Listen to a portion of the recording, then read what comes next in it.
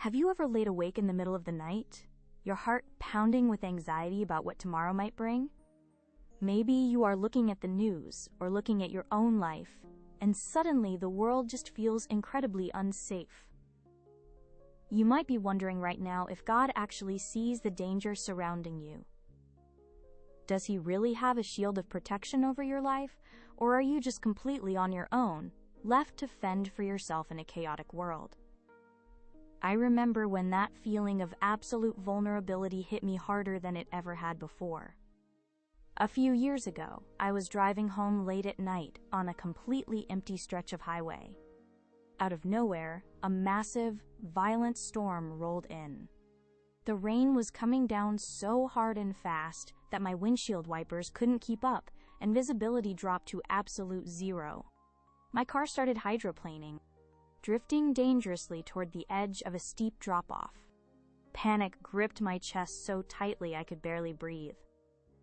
I felt completely out of control, totally exposed to disaster, with no one around to help me. In that terrifying moment, I took my foot off the gas, gripped the steering wheel with white knuckles, and just whispered the name of Jesus over and over again. Miraculously, the tires found traction just inches from the edge. I pulled over to the shoulder, shaking uncontrollably, and realized something profound right then and there. We spend so much of our lives trying to build our own little fortresses of safety. Our savings accounts, our home security systems, our carefully laid out 5-year plans. But when the real storms hit, when life spins completely out of our control, all those human safety nets vanish in an instant. We need something so much stronger. That brings me to a truth that completely reshaped how I view my own safety and peace of mind. God isn't just a distant observer watching you struggle from a million miles away. He is an active, surrounding presence right where you are. Psalm chapter 91 verse 4 says, "He will cover you with His feathers, and under His wings you will find refuge. His faithfulness will be your shield and rampart." Think about that imagery for a second. A mother bird doesn't just put up a little fence around her babies and hope for the best. When danger approaches, she physically covers them with her own body. She takes the brunt of the storm. She exposes herself to the predator so her little ones stay completely safe. That is exactly what God does for you. I have a friend who used to work as a security guard at a major bank downtown. He told me once about the massive vault doors, how they are layered with different types of steel and concrete, specifically designed to absorb extreme heat, resist heavy drills, and withstand immense pressure.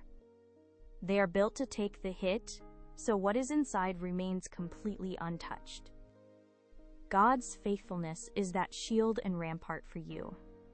When spiritual attacks, physical dangers, or emotional arrows come flying your way, they have to go through Him first.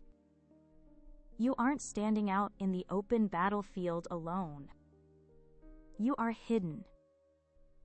You are covered by the very Creator of the universe, who wraps His presence around you like an impenetrable vault of grace. But what about the dangers we can't even see? Sometimes the most terrifying threats aren't the visible storms right in front of us, but the hidden traps we don't even know are there. Isaiah chapter 54, verse 17, promises us this: "No weapon forged against you will prevail, and you will refute every tongue that accuses you." This is the heritage of the servants of the Lord. Notice carefully that the verse doesn't say weapons won't be forged. It doesn't say the enemy won't try to craft something specifically designed to take you down. People might plot against you at work. Sudden sickness might try to invade your home. Financial ruin might loom on the horizon. The weapons are very real, and they are intentionally forged. But the divine promise is that they won't prevail. In ancient times, a blacksmith would spend hours heating metal in a fire, pounding it into a sword, sharpening the edges perfectly to pierce through thick armor. The enemy does the exact same thing with our deepest fears and insecurities. He crafts lies and situations perfectly tailored to your specific weaknesses. But God has already declared from heaven that those weapons are ultimately useless. They will lose their edge. They will shatter on impact. Why? Because the shield God places over you is made of His own righteousness and absolute authority. When you realize that the battle has already been won by Jesus, you stop living in a constant state of paranoia and start walking in quiet, unshakable confidence. And this leads us to the deepest, most powerful truth about God's protection. It is the truth that anchors our soul when the worst actually does happen. Because let's be honest with ourselves, sometimes the storm does hit. Sometimes the sickness does come, and the heartbreak is very real. Does that mean God's shield somehow failed? Not at all. Look at Psalm chapter 46, verses 1 and 2. God is our refuge and strength, an ever-present help in trouble. Therefore we will not fear, though the earth give way and the mountains fall into the heart of the sea. This is where our faith becomes incredibly real. The psalmist is talking about the complete collapse of everything stable and familiar. Mountains falling into the sea. The earth literally giving way beneath your very feet. Have you ever been there? A sudden phone call from the doctor. An unexpected job loss. A devastating betrayal by someone you trusted with your whole heart. Your entire world crumbles in a single afternoon. But God doesn't promise a life completely free from trouble. He promises to be your refuge inside the trouble.